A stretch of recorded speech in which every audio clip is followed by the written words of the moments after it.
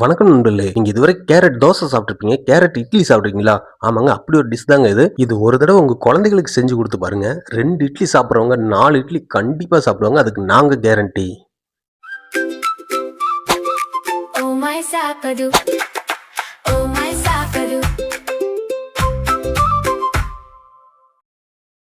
இப்போ கேரட் இட்லிக்கு தேவையான 2 மீடியம் சைஸ் கேரட்டை வந்து சின்ன சின்னதாக கட் பண்ணி எடுத்திருக்கேன். இதை இப்போ மிக்ஸி ஜாரில் போட்டு நல்லா நைஸாக அரைச்சி எடுத்துக்கலாம். தண்ணி அதிகமாக ஊற்றிடாதீங்க, கொஞ்சம் கெட்டியான பதத்திலே இருக்கட்டும். அடுத்து மீடியம் சைஸில் 2 பெரிய வெங்காயம், மீடியம் சைஸில் ஒரே ஒரு தக்காளி, 2 பச்சை மிளகாய், சிறிதளவு கருவேப்பிலை, சிறிதளவு கொத்தமல்லி தழை. இது எல்லாத்தையும் ஒரு பேனில் போட்டு லைட்டாக வறுத்து எடுத்துக்கலாம். ரொம்ப டீப் ஃப்ரை பண்ணக்கூடாது, லைட்டாக தான் ஃப்ரை பண்ணணும். முதல்ல ஒரு பேனில் எண்ணெய் ஊற்றி எண்ணெய் காஞ்சதுக்கப்புறம் சிறிதளவு கடுகு, சிறிதளவு சீரகம்,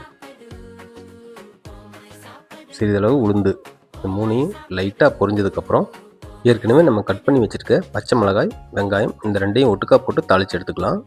இப்போது எல்லாம் ஒன்றா போட்டு விட்டு நல்லா வதக்கி விட்டுக்கலாம். முக்கியமான ஒரு விஷயம் என்னென்னா, இதை டீப் ஃப்ரை பண்ணவே கூடாது. ஒரு பாதி அளவுக்கு வெந்தால் போதும். பாதி வதக்கி விட்டதுக்கப்புறம் நம்ம ஏற்கனவே கட் பண்ணி வச்சுருக்க தக்காளி, கருவேப்பிலை, கொத்தமல்லி தழை இது எல்லாத்தையும் போட்டு ஒட்டுக்கா வதக்கி விட்டுக்கலாம்.